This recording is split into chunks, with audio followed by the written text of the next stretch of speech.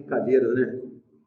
A gente falou sobre novas brincadeiras. O que eu quero destacar nas brincadeiras aqui, a brincadeira ela precisa ter sentido no jiu-jitsu.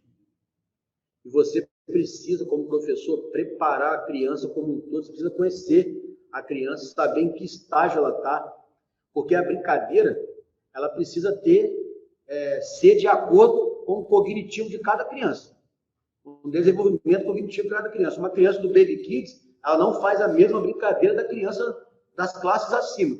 Até mesmo porque a brincadeira, além de perder a graça, vamos botar assim para a criança, por que perde a graça? Porque já não trabalha as valências mais, o cognitivo da criança já foi trabalhado, já não trabalha as valências mais. Então, assim, não faz sentido você introduzir a brincadeira. Antes de saber sobre a brincadeira em si, você tem que entender o porquê de aplicar a brincadeira. A brincadeira precisa ter sentido no jiu-jitsu. Se você quer trabalhar uma queda, fazer uma brincadeira da ponte, igualzinho está o Bernardo fazendo aí. Por quê? Eu trabalho a ponte de vários sentidos. A ponte individual, como está aqui, e a ponte em dupla.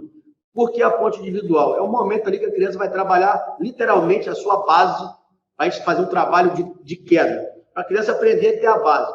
Além da base, na estrutura física da criança está trabalhando, ela faz o trabalho de vencer seus traumas, seus medos, e depois ela faz um trabalho em dupla. Por quê? Ela está aprendendo a questão dos jogos em dupla.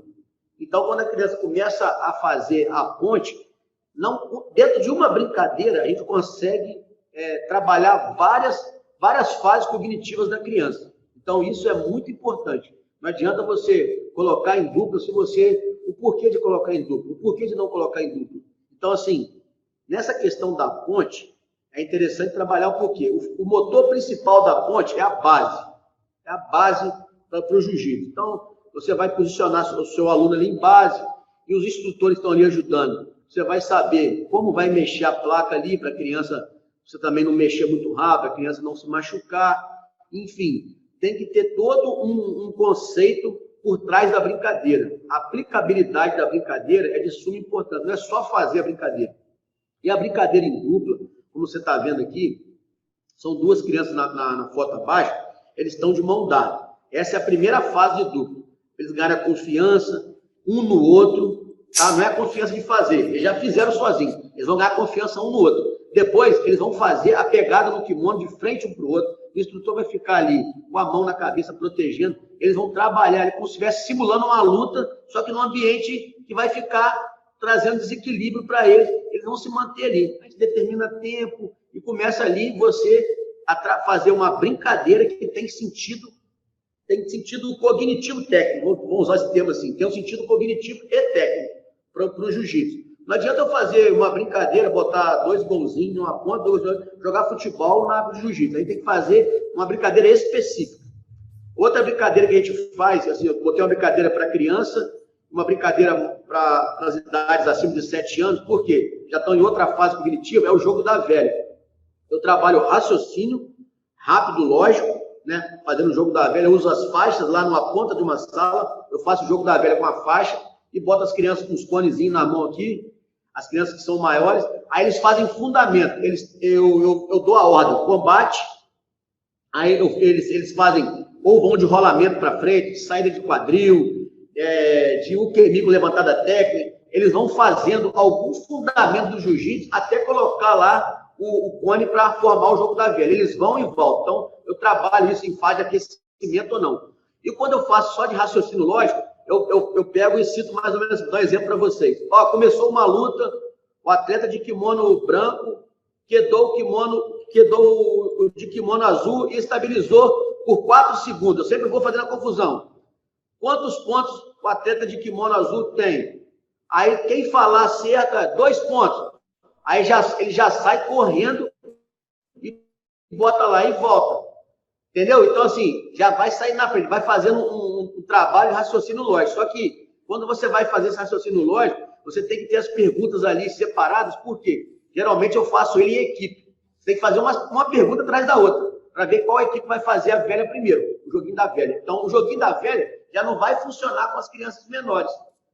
Aí você pode perguntar, Bruno, tem criança menorzinha que sabe jogo da velha? Sabe. Ela pode estar avançada em uma fase cognitiva. Porque a fase cognitiva da criança demanda muito o ambiente, né, que a criança vive. Uma criança que fica no apartamento, ela está em uma fase, apesar da idade, a fase cognitiva não vai se destacar só pela idade. A criança tem 7 anos, ela está mais desenvolvida cognitivamente que a criança de 5. Não sei se a criança de 5 for uma criança que tem uma infância mais na rua, não tem acesso à rede social, ou seja, ela vai se desenvolver muito mais do que a de 7 que fica no apartamento. Vocês concordam comigo? Então, essa leitura da turma, vocês têm que fazer entre a sua equipe de professores e seus alunos, para você determinar a brincadeira. Porque nem toda brincadeira vai servir para todas as suas classes. A corrida de cavalos que nós fazemos aqui, nós fazemos ela com os pequenos, os professores de 4 apoio. A gente faz uma interação, professor com aluno. Então, um professor ele tem uma equipe e o professor não quer perder. É engraçado, tá? Você vê os professores disputando um com o outro. Obviamente, resguardando sempre as crianças. A criança faz o gancho, pega as costas, né, do professor, sem saber que está pegando costas. Está ali fazendo de forma lúdica. Ela só quer estar montada no cavalo e chegar até o final. Aí o professor vai lá, pega a outra criança, volta com a outra, faz esse sentido. A gente faz em forma de estafeta, vai fazendo uma brincadeira que vai trazendo sentido para o jiu-jitsu da criança, para depois, quando ela for fazer um trabalho de eu pegar as costas, eu vou estar explicando para ela. Aí, a escalada também eu faço com as crianças menores, baby kids. Eu coloco o professor em base e a criança tenta escalar o professor pelo kimono dele. Obviamente, sempre um instrutor auxiliando a criança ali. Eu gosto muito de segurar pela faixa, travar a criança pela faixa ali, caso ela escorregue, perca a pressão na mão, mas para a criança entender, como o Cássio até faz mesmo com as crianças que têm transtorno, a questão da textura do kimono, a criança vai fazendo a escalada. Aí sempre são 2 professores fazendo o boneco e 2 professores auxiliares. Eu dou o combate, a criança tenta escalar. Quem chegar primeiro no pescoço do professor é o vencedor. Então, assim, são brincadeiras que eu vou trabalhando pegada na criança. As brincadeiras do jiu-jitsu, elas precisam ter sentido no jiu-jitsu. Então, assim, a gente não pode, como professor, nos perdermos no jiu-jitsu. E, para fechar, eu vou falar sobre a brincadeira do tubarão. Acho que tinha até uma foto, um vídeo no nosso Instagram sobre essa brincadeira. A brincadeira do tubarão é a brincadeira que eu uso para introduzir os graus coloridos nas crianças. Eu coloco o bambolê, 2 bambolês de um lado e 2 bambolês de outro. Aí eu boto 2 ou 3 professores no meio e os 2 bambolês de uma ponta, eles estão com as bolinhas das cores determinadas. Mas aí a criança vai atravessar, ela vai passar pelo professor correndo, só que ela tem que fazer pegada e tentar derrubar o professor. Aí o professor vai dar caída de frente, o professor vai estar ajoelhado, tá, pessoal? Ela vai fazer a pegada, derrubar o professor, ir lá pegar 2 bolinhas por vez e botar ali. Eu não determinei para ela a cor da bolinha, mas ela treinou pegada, ela treinou postura, e o professor troca uma pegadinha com ela ali, ela vai lá. Aí tem um tempo para a criança fazer. Quem faz em menos tempo, 1 minuto, 30 segundos, vai depender da sua turma. Então, assim, se vocês olharem as brincadeiras, elas estão todas conectadas com o nosso esporte. Não adianta eu elaborar uma brincadeira para passar o tempo da aula. E a brincadeira, assim, eu sempre falo isso, o mestre Alves sempre toca nessa tecla, a brincadeira, ela precisa ter o sentido da técnica proposta no seu plano de aula. Não adianta você trabalhar uma valência física da criança e aonde você vai fazer um outro tipo de brincadeira. Você trabalhar a valência física da perna, você vai ensinar a criança a trabalhar com o braço. Senão nós como professores, né? Você não, nós como professores, podemos atrapalhar o desenvolvimento cognitivo da criança com o jiu-jitsu. O jiu-jitsu é uma ferramenta que pode ajudar, mas você pode atrapalhar se você não souber planejar a brincadeira. A sua brincadeira, ela precisa ter sentido técnico. Lá, uma vez ou outra, obviamente, você vai fazer uma brincadeira assim, para fazer uma interação da turma, no começo de um trabalho, aí você vai fazer outras brincadeiras, mas para a questão de interação, uma brincadeira no começo da aula, para quebrar um gelo, mas uma brincadeira coesa para fazer seu plano de aula render, para fazer com que a criança esteja preparada para receber uma técnica, ela precisa ter sentido técnico. Então, o cara fala assim, Bruno, eu vou dar a brincadeira no final da aula. A brincadeira, nós colocamos ela em qualquer momento da aula.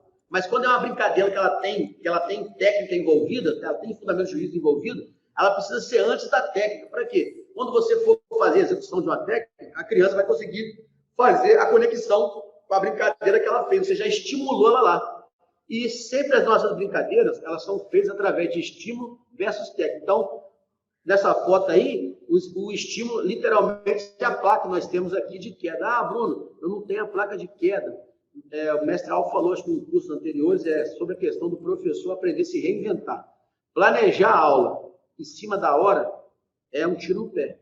Agora, planejar a aula um mês antes, 15 dias antes, deixar seu plano de aula ali, mostrar para os seus professores, que às vezes, nós como professores, você ensina brincadeira para o seu instrutor na hora ali, ó, vou fazer o tubarão, cara, mas como que é isso? A gente tem que explicar para o seu professor e explicar para o seu aluno. Ali você já perdeu a sua aula, e se o pai estiver vendo, e a criança ali, tipo assim, o pai vê que você perdeu o controle da turma. Isso é muito ruim para o trabalho, né? Muito ruim para quem está ali investindo em você. E você não vai ter essa sinergia com a sua equipe.